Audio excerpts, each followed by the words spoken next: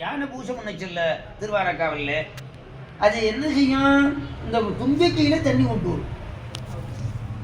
கொண்டு வந்து தண்ணியை ஊற்றும், தழங்கள் இருக்க தலையை ஒடிச்சு சாமி வரும் பூசை. அது சக்திக்கு, அது அறிவுக்கு, அதான் சிலந்தி பூச்சி என்ன பண்ணுச்சு? வாயில வருகின்ற நூல்கள் மூலமாக பந்தல் போட்டு வருகிறது. அது உடம்புக்கு அப்படித்தான் செய்ய முடியும். அதை அவர் பெரிதாக எடுத்துக்கொள்கிறார். அந்த சிலந்தி வாயு நூலால பந்தல் போட்டது பெரிய பணியாக எடுத்துக்கிறார். திருண்ட வாயிடை நூல் கொண்டு சிலந்தி சித்திர பந்தல் சிக்க நயற்ற சுருண்ட செஞ்சடையாய் அது நம்மை சோழன் ஆக்கிய தொடர்ச்சி கொண்டடியும் என்று சுந்தர தேவாரம். அந்த பந்தல் போட்டதுக்காக என்ன பண்ணாரு? அவனை சோழராசாவாக பிறக்க வச்சு சிலந்தி கோச்சங்கட் சோழனாக பிறக்க வச்சு திருவானக்கா கோயில் மாதிரி 70 கோயில் பெற்று. இதுக்கு பிறந்த உடனே தாய் போயிட்டான்.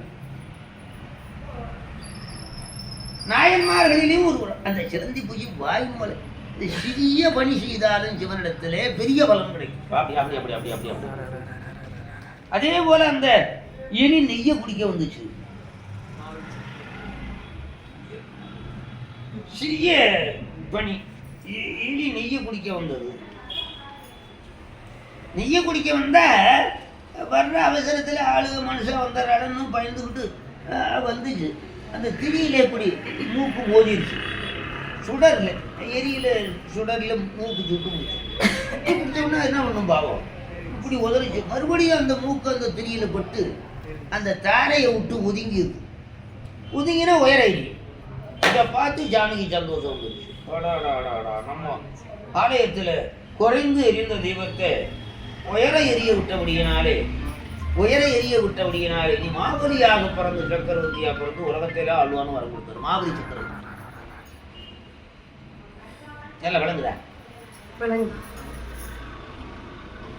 அது நிறைமறை காடு தண்ணி நின்றறி தீபம் தன்னை கரை நிறத்து எளிதன் மூக்கு சுட்டிட கணன்று தூண்ட நிறைகடல் மண்ணு பொண்ணு நின்றவான் உலகமெல்லாம் குறைவர கொடுப்பர் போலும் குறுக்க வீரட்டவர். அதில் புரியுதா? சிலந்தியும் ஆணைக்காவில் திருநலர் பந்தல் செய்யும் உலர்ந்தவன் இறந்த போதே கோச்சங்கனானுமாக கலந்த நீர் காவி சூழ் சோழநாட்டு சோழர்கள் குழந்த நீர் பிறப்பித்துட்டார் குறுக்க வீரட்டவர். எல்லாம் சரித்திரம் நடந்தது, கட்டுக்கதை இல்லை, நடந்த சரித்திரம். அதான் கோச்சங்கல் சோழன் கட்டிய கோயில்னா திருவானகர். அதனால பாம்புகளும் பூஜை பண்ணியிருக்கு. பாம்பு இந்த தேவராய நல்லூர்னு ஒரு ஊர் கும்பகோணத்து பக்கம் பாம்பு பூஜை பண்ணதாக இப்போ 7-8 வருஷத்துக்கு முன்னாடியெல்லாம் வந்துச்சு. வில்வத்தை போய் மரத்தில் வாயில் பறிச்சுட்டு வந்து சிவலிங்கத்து மேலே வைக்கிறோம். வில்வத்தை வாயில் கவிட்டு வந்து சிவலிங்கத்து மேலே வைக்கிறோம். வச்சா ஒரு சந்தோஷமா இருக்கும். அதனால இந்த பாம்புகள் பூஜை பண்ணியது தளங்கு திங்கினை முழுக்கரா தடநெடுங் கட்சி மாநகர் சார்ந்து முழங்கு வெண்டிரை சுழித்துவான் நிமிர்ந்து நான் முகம் மலர் மகந்தவச்சீரி வழங்கு நன்னதி வடக்கன் ஆதி விதேச வளநகர் தென்பாங்கல் பழங்கன் நோயர பனாத ரேச்சரந்தனை பத்தி இருந்தாவித்து. அந்த ஆதி விஷயத்துக்கு தெற்கு பக்கத்திலே சிவலிங்கத்தை உண்டு பண்ணி அதில் பத்தி ஒன்றுச்சா அந்த பாம்புகளெல்லாம்.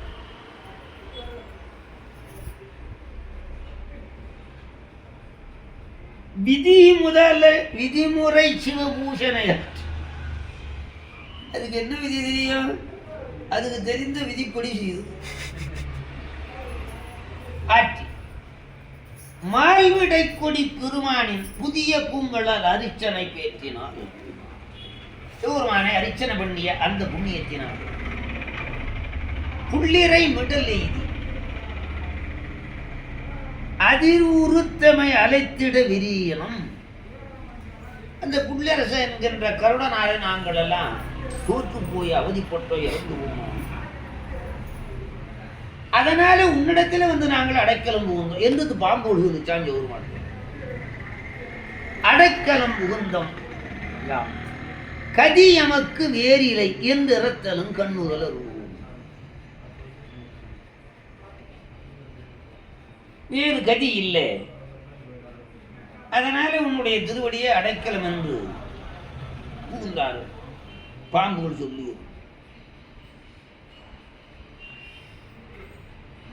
அப்போது சாமி என்ன பண்ணாரா, பன்னகங்களை பணி என தாங்கினான். அந்த பாம்புகளையெல்லாம் ஆவரணமாக போட்டுட்டார். நாகாபரணம். புயங்க பூஷணாய நமகா என்பது அஷ்டோத்திரம். புயங்கம் என்றால் பாம்பு, அது பூஷணமாக. பன்னகங்களை பணியென தாங்கினன். பன்னகாபரணம். பன்னகாபரணம் அப்புறம் பேர். பன்னகம்னா பாம்பு பேர். இன்னருட்பெரும் அதுகையால் மற்றவை எந்தவாறு அறிவோடும். இப்படி சிவபெருமானுடைய திருமேனியிலே பாம்புகள் ஆபரணமாக இருக்கிறது. முண்டம் தரித்தீர் முதுகாடு உறைவீர், முடுநீரு பூசிதீர் மூக்க பாம்பை கண்டத்திலும் தோளிலும் கட்டி வைத்தீர், கடலை கடைந்திட்ட நெஞ்சம் உண்டீர் என்பது சுந்தர தேவாரம், திருப்பரங்குன்ற தேவாரம். முண்டன் தரித்தீர் எறும்புகள் தலைமாறு, முடுநீரு மெய் பூசிதீர் மூக்க பாம்பை கண்டத்திலும் தோளிலும் கட்டி வைத்தீர். தரையில பாம்பு, காதுல பாம்பு, கழுத்துல பாம்பு, மார்புல பாம்பு, கையில பாம்பு, இடுப்புல பாம்பு, காலில் பாம்பு, எல்லாம் பாம்பு. அது கல்யாணத்துக்கு புறப்படும் போது, பார்வதி கல்யாணத்துக்கு புறப்படும் போது இப்படி பாம்பை போட்டுக்கிட்டே புறப்பட்டாராம். புளித்தோலை கட்டிக்கிட்டு பாம்பை போட்டுக்கிட்டு புறப்பட்டாராம். பரமாவிஷ்ணு பார்த்துட்டு, இன்னைக்கு நீங்க மாப்பிள்ளை சாமி, அதனால இந்த மாதிரி பாம்பெல்லாம் போட்டு போகக்கூடாது, பார்வதி பயந்துருவா அப்படின்னு சொல்லி பரமா ஒரு பெரிய பெட்டியை வச்சாரா, நவரத்தனங்கள் ஆபரணங்களை. பரமா சாமி அந்த பரமா வச்சதை போட்டுக்கல. இப்படி இந்த பாம்பெல்லாம் பார்த்தாரா எல்லாம் தங்கமும் நவரத்தனம் ஆகி போச்சு. பாம்புகளையே ஆபரணமாக மாற்றி விட்டார், தங்க நவரத்தனம். அதுபோல இப்பொழுது இந்த பாம்புகள் வேண்டவும் அந்த பாம்புகளை ஆவரணமாக அணிந்து கொண்டார்.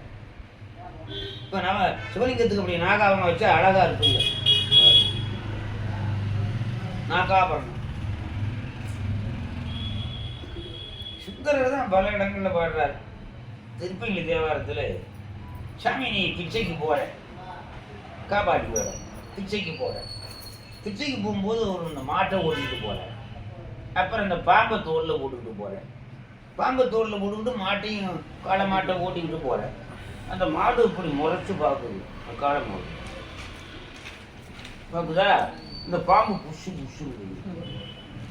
இப்படி இருக்கும்போது எப்படி பக்கத்தில் வந்து பெண்கள் பிச்சை போடுவாங்க, பயந்துக்க மாட்டாங்க. என்ன சாமி உனக்கு ஓரம் தெரியுது, பாம்பை பொட்டியில போட்டுட்டு மாட்டை கட்டி போட்டுட்டு சிலைத்து நோக்கும் வெள்ளேர் அந்த காலமாடு அது முரசு வாக்குமா.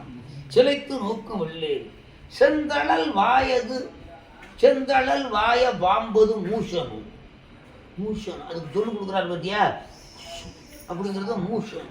செந்தழல் வாய பாம்பது மூஷன். பலிக்கு நீர் வரும் போது நுங்கையில் பாம்பு வேண்டாம் பிராணியது என்று திருப்பதி தேவாரம். ஆகையினாலே இப்படி நாகங்களை எல்லாம் ஆவரணமாக அணிந்து கொண்டார்.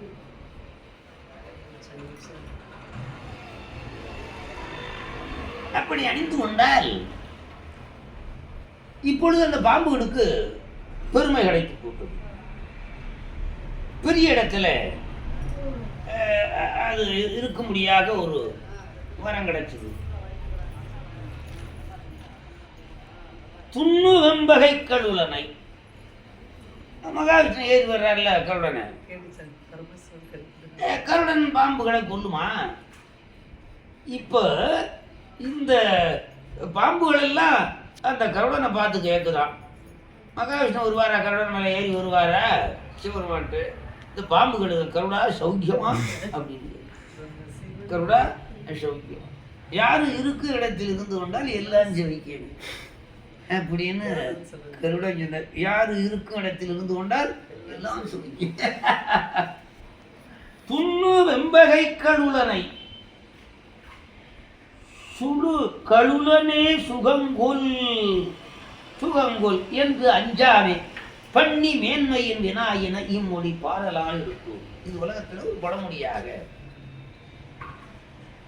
கருடா சுவிக்குமான பாம்பு. என்ன காரணம்? பெரிய இடத்துல இருக்கு, ஒன்றும் பண்ண முடியாது.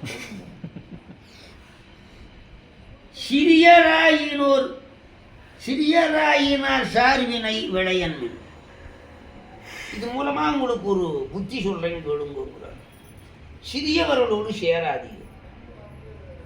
சிறியராயினார் சார்வினை விளையன்மன் திரள்கடு பெரியோரா அறிஞராயினார் சார்வினை விளைவினும். சிறியவர்களா அறிவிலே குறைந்தவர்களா இருக்கின்றவுடைய சிநேகத்தை வைத்துக் கொள்ளார்கள். உயர்ந்த அறிவுடைய பெரியோருடைய சிநேகத்தை வச்சுக்கோங்க அப்படிங்கிறார். இப்போ பாம்புகள் அப்படி வச்சபடியினால தானே அது கருடனை பார்த்து கேட்குது, சௌக்கியமா கருடான். விளைமினம் அலறிதல் விரிகொன்றை வெறி நருந்தொடை எம்பிரான் சார்பினை விளைதலால் உரகங்கள் மறுவில் ஆற்றல் சால் கழுலனை வினாயின வாழ்ந்தனை யோவன். அதனாலே உயர்ந்த இடத்தை சேர்ந்தால், தாழ்ந்தவன் உயர்ந்த இடத்தை சேர்ந்தால், அடாடா இதுல என்ன சந்தேகம், அவனுக்கு எல்லா வகையிலும் உயர்வு உண்டாகும். அதனாலே சேரும் இடம் அறிந்து சேர், சேரிடம் அறிந்து சேர்.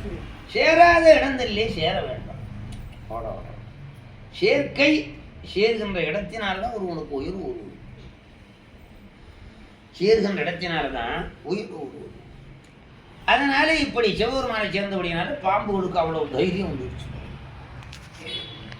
பவளச் செந்தளிர் நீட்டி தீட்டிய பைம்பொடில் பனாதரேச்சர வைப்பில் குவளை கண்ணியோடு உயிர்க்கலா இன்னொரு கொடித்து விற்றிருந்தோம். குவளைக்கண்ணியாய் உமாதேவியோடு அந்த வனாதரேச்சர என்கின்ற தலத்திலே சிவபெருமான் எழுந்தருளியிருந்து வணங்குகின்ற உயிரெடுக்கெல்லாம் அருளை வழங்குகின்ற இடமாக இருக்கிறது. கவள கைவரை உரித்தவன் இக்கதை கற்றவர் கேட்டோர்க்கும் தவள பூதிகொள் மேனியீர் வெம்பனி தளல் விட அணுகாதால். அதனால் இந்த கதையை கற்றவர்கள் கேட்டவர்களுக்கெல்லாம் கூட விஷத்தினாலே துன்பம் வராதான். விஷத்தினாலே இன்னைக்கு இவருக்கு ஜாதகம் சொன்னேன். வட்டமாதிபதி குரு செவ்வாய் கேதோட கூடி இருக்கிறாரு. அதனால நெருப்பில் சுட்டுக்கணும், அப்புறம் விஷம் திருண்டணும்னு ரெண்டும் நடந்து போச்சுட்டு. கரண்டுக்கு இல்லை சாக்கடிச்சு விழுந்துட்டாலாம். அப்புறம் அதுக்கு முன்னாடி பாம்பு கடிச்சு முடிச்சோம். அதனாலே அப்படி விஷத்தினாலே பயம் வராது, விளங்குதா? அதனாலே இப்படிப்பட்ட கதைகளை சொல்லி அந்த கதைகள் மூலமாக நமக்கு புத்தியை சொல்லணும். கதைகள் மூலமாக புத்தியை.